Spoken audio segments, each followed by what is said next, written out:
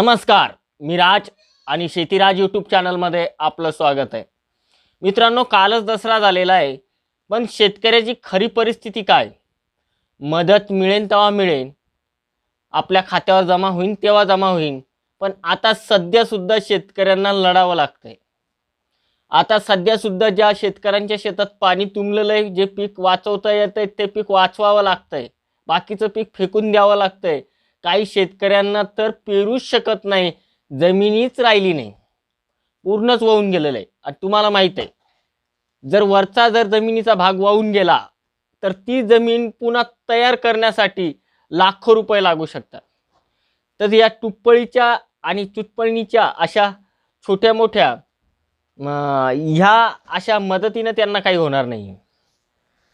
आपल्याला मदत खूप करणं गरजेची आहे असं शासनाला वाटतं, परंतु काय राहतं मित्रांनो, खूप मोठे कष्ट शेतकऱ्यांचे वाया गेलेले.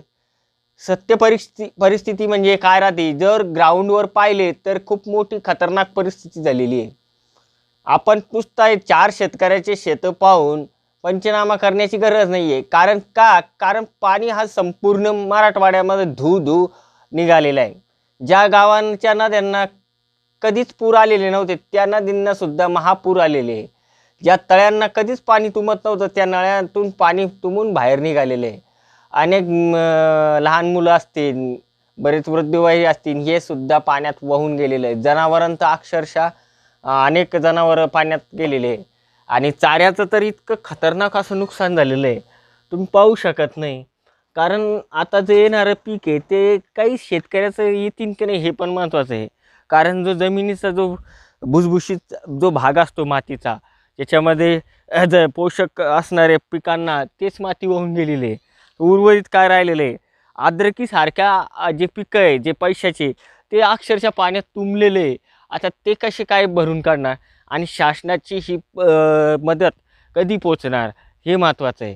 आता झाले 3-4 दिवसांपासून पाणी पडतं आहे आणि आपण तुम्हाला ब्लॉग दाखवले आहे, त्या ब्लॉगमध्ये तुम्हाला दाखवत आहे. कारण कसं असतं, तर खरी कंडिशन तुम्हाला पुढच्या ब्लॉगमध्ये मी नक्की दाखवणार आहे की सत्य परिस्थिती म्हणजे काय.